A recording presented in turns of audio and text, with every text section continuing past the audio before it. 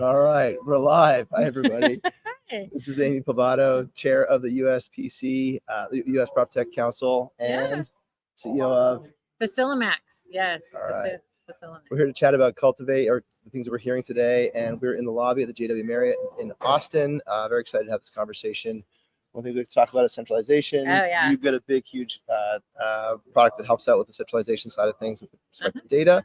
Yeah. And also you've got how many years? Well, quick introduction. Okay, so I've been in commercial real estate for the last 21 years as a developer and owner operator, and I had a private equity firm, so I was syndicating deals, and I had a fund for a while. And in 21, we were doing projects in about 4 states: Texas, Colorado, Arizona, and Florida. And along that journey, I started recognizing the need for basically a data aggregation platform to solve like the inefficiencies in real estate. So no one had made it. So I said, okay, I'll do it. And that's kind of how I got started. And then when I got into prop tech, because I come from real estate investing land, I in real estate investing, there's like a million groups. There's a group for every group's group. And, and then I get into prop tech and I'm like looking around and like, where's the group? Like, there's no group. So I started data aggregation. Yeah, and no, for prop tech, and then so I started the US Prop Tech Council. Yeah, that's how I started. I joined the PropTech Council back in. I was one of the founding members back in spring, June. I can't remember exactly. Yeah. It's been a bit of a whirlwind, and it's been an incredible experience for me with respect to making connections with people I didn't know before. Everyone has been so open and forthcoming with respect to helping everybody out. It's been outstanding. Yes. I mean, shout outs like Chris Cumbro, like meet her, like she's like, and that was like third recommendation through another person on the PropTech Council. So it's been outstanding. So Amy's been doing a great job in terms of getting everybody mobilized to help share the love with respect to what tech can do. Mm-hmm. And one of the things that we want to talk about today is talking about centralization. So everyone knows I like to talk about that conversation, and your solution has a lot to do with centralizing and managing operations from a single location. So let's first talk about why would a property, let's break the groups into operators, owners, and owner operators. Right. Why would each one of them want to centralize? Why would they pursue that kind of change? Because change is a pain in the ass. Yeah, it's huge, I mean, to centralize your operation, it's like the big buzz phrase in multifamily at the moment. It all stems from what's happening in the real estate industry as a whole, because everybody's getting their butts handed to them, and we've got you shrinking margins, and because of inflation and the rising interest rates a lot of people are facing the double whammy, especially if they bought property in 21 or 22. They bought it on variable rate debt. A lot of them bought it was the age of the bridge lender, and so anybody who was doing a value add deal in multifamily bought bridge debt, thinking, oh yeah, no big deal, we'll get out in like 3 years or whatever, and then they couldn't get out because it caught up with them, and so all these values started dropping. And so when you bought at the high in like say 21 and you went to go refinance your deal, basically you're going to have to buy into your refi because the values. I'm hearing that like a lot of people that were flippers now becoming operators. They're not great operators. They didn't set up any of the internal infrastructure to operate at any length of time. They're like literally lipsticking it and hoping to flip it and getting out, but there's nobody to sell to. And so they're constantly, and then to your point, double whammy, rent. They had built the business around we can perpetually increase rents. Right. And that wall is it's been firm. And so they're getting rent pressure. They're getting renewal churn. And so they're forced to look at their business and say, we have to do something different. Yes. And what's interesting is that still sometimes isn't enough. No, I know. To force them to centralize. Like they've got a leaky boat going down the waterfall, and they're still going, we're not, maybe one more paddle, whatever, right? They're still not centralizing in many cases. So with what you're seeing in your experience, why would someone do that? I have no idea. Other than like understanding that when you go to centralize your operation, or why you wouldn't change, it's just because you've been doing it the same way for 100 years. You don't know how to do it any differently. I mean, honestly, truly, this whole thing with I call it the real estate recession, because we're in a real estate recession, whether we're in a global, a macro recession across the whole US, we're in a real estate recession. And so everybody's having to understand that we have to operate differently, but it's super painful to switch because they have done it so inefficiently for so long. They don't even know where to start. It's like you getting overwhelmed because of the minutia of changes, or just the amount of changes that you have to make and the minutia you have to get into to figure it out is insane. Like, it's such a huge deal. That's why there's a lot of rise in prop tech consultants and operations consultants, because they can help bridge that gap on, okay, how do we structure your organization differently, and what prop tech do you need in order to do some of that with, right? Because the real estate companies don't know. They don't have the in-house. Some of them do, but a lot of them, if you talk to a majority of real estate companies today and ask them, like, do you have a data scientist on your team?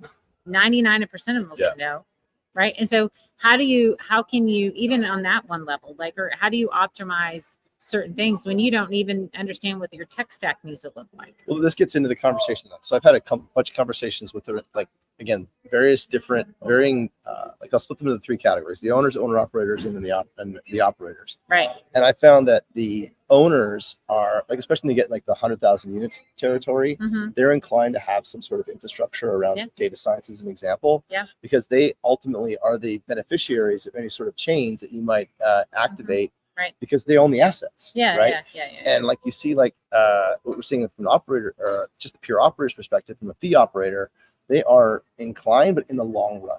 Yeah. And so where the owner operators feel that pain on a day-to-day basis, because they are the ones that ultimately, like I said, if they don't make a change, they feel it this quarter. Oh yeah. Right. So, and they're all owned by banks or they're publicly traded pension funds or whatever. So there's a reporting up in terms of what you're doing. And if they're running it kind of like loosely, fast and loose, it's just not working out. And especially with the compression of rent and the increase of just even the interest expense of managing their debt, you're left with a whole lot less to be able to slush around for inefficient operations. So, and it goes back to the structure of how the agreements are set up. So you call operator, we call them property managers. Yeah. You're Canadian. It's okay. I still like you. I still like you. They're called property managers here. PMs and PMS software. Yeah, exactly. All right. So, but the property manager, the way that their whole agreement is structured is that they will likely get like 3% or 4% of the revenue, right? Collected revenue or top line? Yeah, the like top line revenue, like all the revenue or everything that they collect, right? They'll get 4% of. Okay, so what does that leave out? All the expenses. So they don't give a crap about how much money they're spending. And so they're now, yes, they do, because they'll get kicked out in the long run. In the long run, not this quarter. But not this quarter. So right. So they're a little less, and I'm not knocking property management. No, they're just doing their job. They're doing their job. That's how they get paid. Yeah, exactly. And I've got no fault. There's a fundamental structural bust. Between like owners want to see NOI because they're going to get the cap on that. Whatever the math is on your cap, there's a multiple there. But PMs don't have don't have a stake in the NOI in the short run. Yeah, exactly. And so consequently, it creates a bit of tension. It does, because the PMs are doing what they're contracted to do. Yep. But that doesn't have a net benefit to the owner, right? In a world where you've got compressing rents and increasing interest expense. It's really tough model. And I think so. If you're talking about centralizing operations from a property management perspective, they won't do it. They won't add the extra overhead because it takes away from any fee that they're collecting from you. Because it's not the OpEx gets flows right back to the owner. Right? Exactly. And a net basis. And so that's, we're finding when we talk to owner operators, and what's really interesting about it is that many operators are also, or many PMs are also owner operators. Yeah. Right? So they'll have we're talking with a couple of folks last night, and they'll have let's just for easy math's sake, they'll have 50,000 units, and of those 50,000 units, they might own 20,000 units. Yeah, exactly. So they're kind of like already at conflict with themselves with respect to how do we get paid? Yeah, exactly. Right. Yeah, I know for sure. So you have structural things like that, but then I also think centralizing, the big hurdles around centralizing is just the lack of data, right? That's what you and I are solving, right? We have those things, and then you have to teach your staff to operate differently. Yep. It's a huge. You're going from with 50% turnover. Yeah. In the field. Exactly. And so it's just a huge transformational change to centralize your operation. So you can do it. it's going to be super painful, but I believe in the long run, you're going to benefit far and away above. But then you have to get, not only do you have to have really good data on the buildings themselves, but how you bill out to each owner. So like you're saying, hey, if I was a fee like property manager, I haven't seen that damn word. So if I was a property manager, and owner operator sounds so easy. Yeah, I know it is. I know. All right, So, but if you're a property manager, just a property manager, say like Asset Living, no, just a property manager, they don't own anything. They're a large property management company. Yeah, like 35,000 units. Yeah, or something crazy town. Yeah,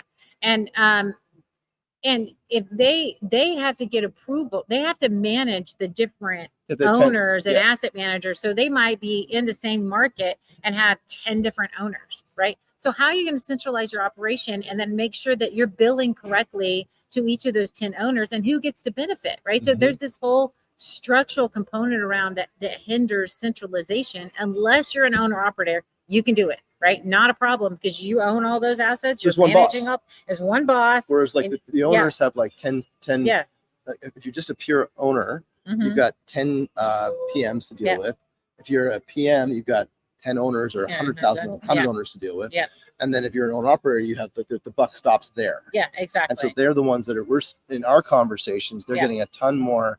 They are the ones that have both hands on the wheel and are able to make change. Yeah. And so it'll be curious to look back in a few years in the industry and see if what we're saying plays out. Yeah. And that the owner operators are going to be the ones that drive change and transformation in order to create returns for the overall industry, because they're the ones that are feeling the pain this quarter. Yeah. Right. I mean, there's a relief right now with the interest rate change, but that's still not going to change the amount of inventory that's coming on. Right. That's going to keep rates compressed, especially in multifamily.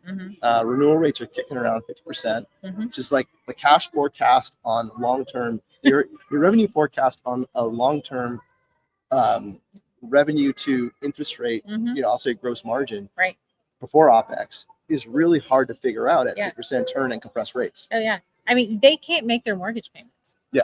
I'm still an LP in a deal and we have to do cash calls every month to make the mortgage payment.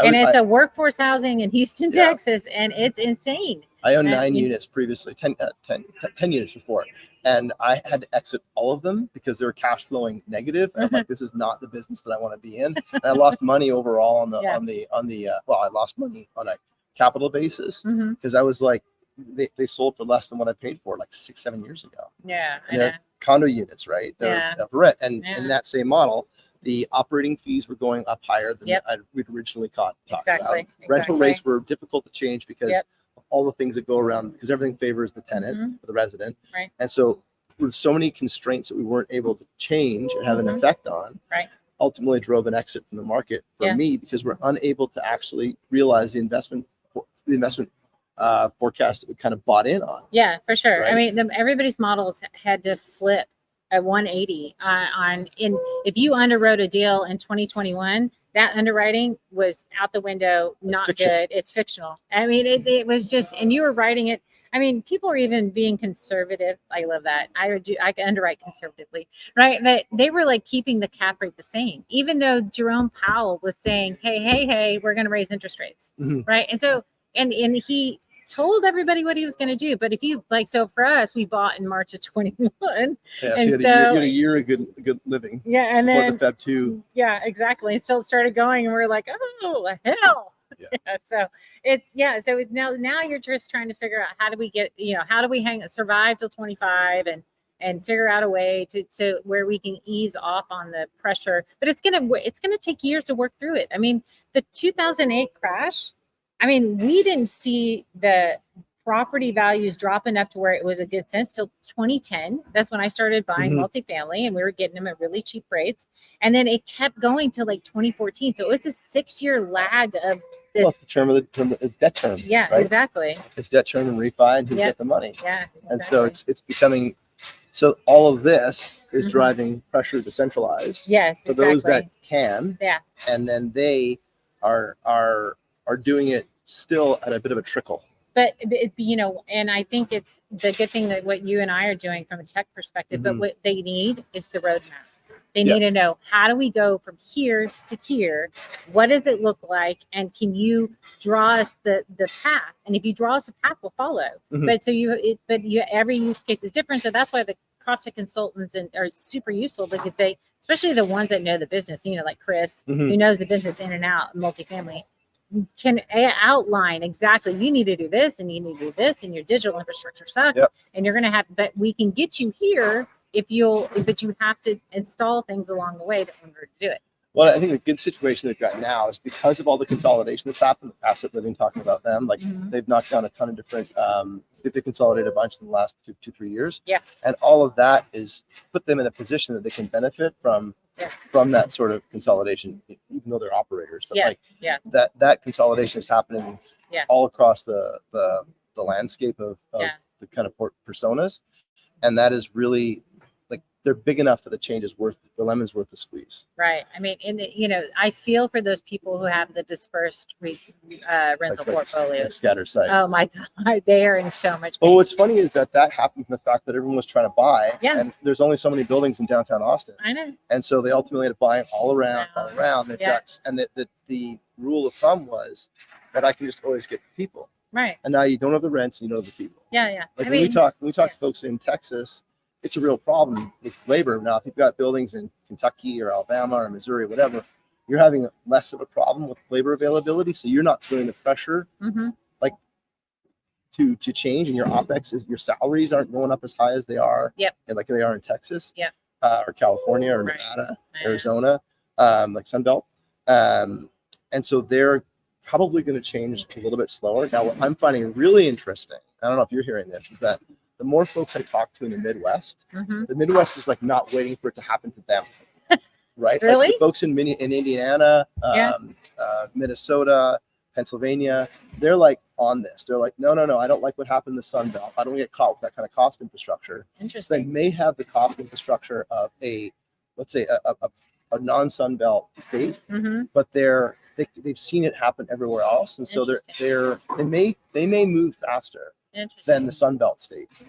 Yeah, I mean that's great. We'll see. I mean, I think labor shortages are always going to be a thing. That's why your solution is really cool, because you have the ability to take somebody to understand how to manage remotely what's happening on your properties and still get the work done, and you don't have to deploy people to. I mean, we're facing not only that of labor shortage, but then an aging of the maintenance workforce in general, right? I mean, there's a lot of critical operations in the real estate industry that are aging out. Maintenance techs are one. I mean, like when I was a GC way back in the day, I was a GC from 2003 to 2015. We had labor shortages then. Like I had to look for under rocks for plumbers and good electricians and good carpenters. I've always faced labor shortages. The whole time I was a GC, we faced it. Like it was. But you didn't have the housing demand then. No, we didn't have full amount of housing, right? Less people and less money. Yeah, exactly. So we have to have some sort of technology fix to that. It's either using technology to bring the experts into the room that might not be present, like yours does, right? Or using AI to interact with the data, the building data like mine, to kind of solve those problems too, right? And so it's if we can bring more data into the process, build more transparency into what's happening on the buildings, and then bring the experts into the room, you can get stuff done where you don't have to wait for a plumber to show up in 5 hours if they show up. What's really crazy is you see these like diagnostics and like just the narrative you shared, right? I was just reading an article, and it was an article that was written a year ago, right, about remote maintenance and telemaintenance, and what you described in terms of like what Facilimax does and what we do is like the places like the U.S. military have been doing it for like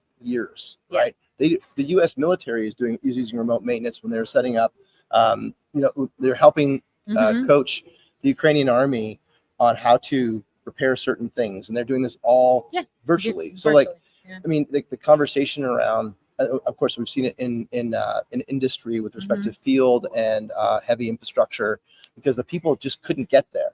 And when things went down, there's millions of dollars being lost. Right. And finally, it's actually not that new. No. It's really just a different story, the same story for a different audience. Right. And so it's like kind of like borrowing the playbook of everywhere else and Right. just applying it to Yes. multifamily. And then in our world, we also help with single family rental and BTR, and just like laying out that playbook. So these consultants, they're not inventing anything new. No. You know, thankfully they don't have to. They're taking the playbook from other places, saying, here are the lessons learned. Mm-hmm. Here's how things were deployed. It's a great example. Let's take a look at the travel industry, right? Mm-hmm. And align that analog to like multifamily. Here's the example. Like in travel, we used to go into a travel agency to buy a plane ticket, right? Now you do that online. You can make changes online. So the digitization, but you still physically travel. Yes. Right? Yeah. So digitization happened, all the paperwork processes that preceded the actual event. Mm-hmm. And now all paper, we're seeing a lot of centralization happening in leasing. Right. We're seeing a lot of centralization happen in collection. Yep. And so all the paper processes, the first ones to go. Mm-hmm. And then now, you know, like what we do, and then for example, your example is collecting all the infrastructure and data around how the facilities are being run, consolidating that so you can make big dollar differences. Right. And then ours is about taking that expert that is in scarce supply and making them available to be able to scale out across the scattered sites that everyone typically has these days. Exactly. Yeah, just solve problems as they're happening so that you don't have to wait, and you don't, I mean, which could be really good in like say critical operations or in weird things that you have to get this fixed. I mean, so say like I used to be a multifamily owner. I wish I had the deployment of IoT and this solution here, because we had a leak that we didn't know about. Mm-hmm. And it created a sinkhole on one of my properties in the middle of the parking lot that was 30 feet wide. And can you imagine, like, we had any sort of data? Underground? Yeah. Oh my gosh. And so we had this hole in our parking lot that we had to go fix because we had a leak and we didn't even know, right? Oh, and then can you imagine like fixing that problem and then but your solution would have detected I would have detected the leak. I would have detected the leak, but then trying to fix it and maintain it, and we trying to get a plumber out there to fix it, like, or like it was weeks before we could get somebody to go fix it. So if we could have at least, okay, how do we fix this now? What do we do? What's the best what's the best practice? And we could use your system to go, hey, what the F do we do? We don't even know what the hell to do. There's a sinkhole in our parking lot. Do we just go borrow fill and pull it back in? No, you can't do that because there's code or whatever. I mean, there's just things that as a property manager, you just don't know what the hell to do. Well, I mean, and it's interesting because like the nature of the business is about, like going back 100 years, right? It's like location. And so our locations are totally distributed, and the assets are distributed, the people are distributed, the problems are distributed. Right. There's lack of expertise. And so if you centralize data collection, like you guys do, then you can make decisions about big dollar decisions, like multiple zeros, multiple commas. Exactly. And then if you centralize your operations, you can start the data and the operations can coexist. Exactly. Right? Exactly. And because they're coexisting, you're not like kind of hearing about something 3 weeks later. Yes. You're either walking down the hall or there's an automatic notification for people who need to fix the problem that, hey, you guys are recognizing that there's a water leak because of the water consumption. And then that can trigger notification to our solution, our groups. They can go solve the problem immediately and get eyes on the problem. Yeah, exactly. And it's just like, but the resistance to change. I know. And what I'm finding funny is it's not the money. It's not about, like, we can sit there and make the business case for centralization all day long, but still not going to instantiate change across the whole industry. Yeah. Because everyone has their own little project board of priorities. Right.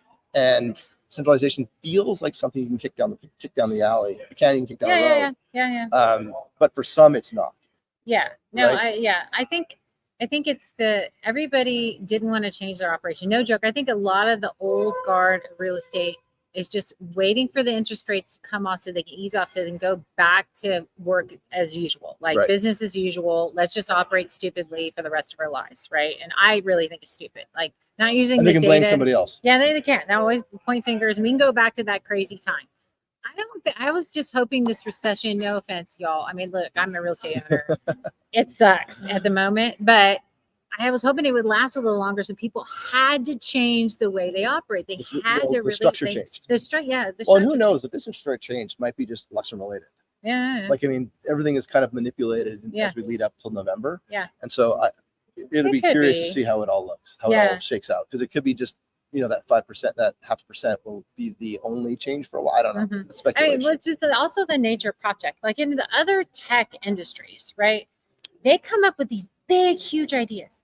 Like we're going to go open AI, blow up the world, right? Like tech, health technology, we're going to cure cancer, whatever it is, right? You get into prop tech and it's like these small incremental things. Yeah. That's all we do, right? And it's like this and it's like this. And then COVID happens and it was forced upon us to do major shifts in how we operate, right? So that was one thing. You had to do it because COVID happened, right? Well, now we're in a real estate recession. I'm just like, that's why I wanted to hang a little longer. So we have this major shift in how we operate our real estate, and we can get better and more energy efficient and save the environment and make more money, y'all. Let's go make some more damn money. That's great. The interesting part of it is going to be like with rent pressures where they are, that's not going to relax the amount of, that's not going to increase. Like, interest rates aren't going to relax the amount of upward mobility on rent. They're going to stay where they are because the amount of supply coming on, especially in the Sun Belt states. And then, and so that's going to be interesting is that the at this pure NOI, like say like a EBITDA side of things, before that interest is calculated, is going to be pressure because the rent is not going to go up. No, it can't. So that was what the big concern. So 2021, I was at MFE in Vail, which is a fabulous conference. And Zana, you put on a great conference in Vail. It's awesome. And shout out to Rob. Yeah, Rob Brett. Shout out to Rob Brett. But it's just a bunch of executives in the multifamily industry. And the consensus there was, when we were talking in 2021, was what they were all scared about was, okay, wages are keeping pace with expenses right now. But at some point, what we're scared of is that when they don't.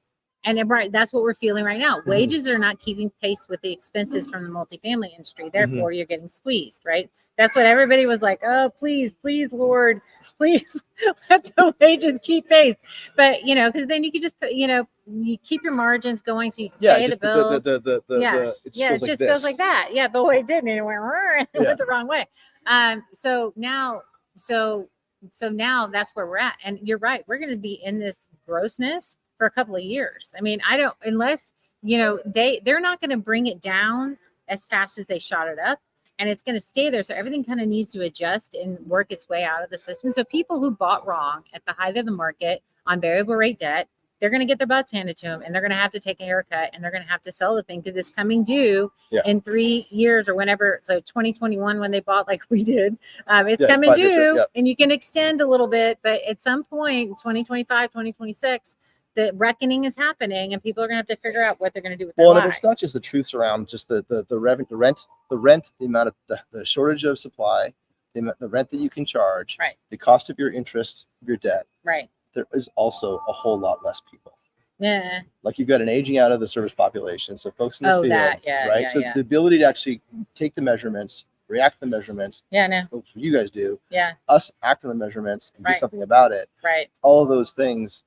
That still does not get solved by interest rates or rent. No, it doesn't. And so like you have places where like it's $150 a trip, right? There's techs that are making $100,000. And it's like, oh my God, you can't go backwards on that. That's a sticky cost. Yeah, it is. Right. It is. No one's going to take fully loaded $100,000, like truck and everything like that, right? Yeah, exactly. And that never goes, the rates that you pay somebody never goes down. No.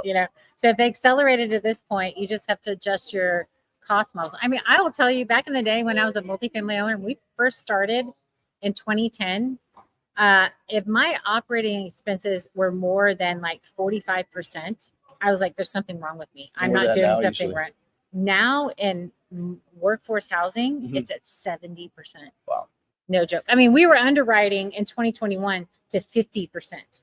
And like, we'll run under, that was like the prevailing rate. Yeah. So it bumped up from in 2010, it was like, if you're at 45, that's conservative underwriting.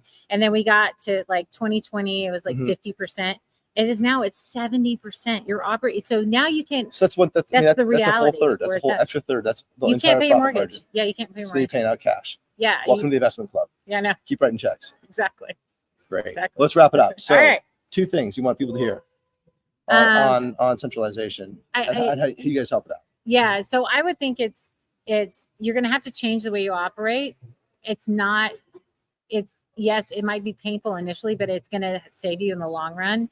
And embrace the power of your building data. Understand that there's a way to collect it, maintain it now that will supercharge the way you do everything if you're just willing to go through the painful process of collecting the data. Mm-hmm. And then you can really, really get really good, uber efficient at how you operate, for sure. Yeah. And my two will be, it's been done before by lots of different industries. Oh, yeah. It is safe to swim in the water. It's, it is totally been done before by lots of different industries and been very successful and changed the way they operate. Mm-hmm. And then secondly, the truth is that no matter what happens from a revenue or a interest rate perspective, there are less people out there. Yeah. And so eventually you're going to end up with buildings that are empty, mm-hmm. and because you can't staff it. Yeah. Or you're trying to compete with that. And that's going to affect your rental renewals. It's going to affect your rent rates, and ultimately affects where everyone looks at each Google reviews. Yeah. So number one reason why people don't renew is based on maintenance. Yeah. That's so true. It all comes back down to revenue. It does. So thanks everyone for listening. Thanks, Amy, for your time. Appreciate it. And have fun the rest of Cultivate. Yeah. Take care. See ya. Bye, everyone.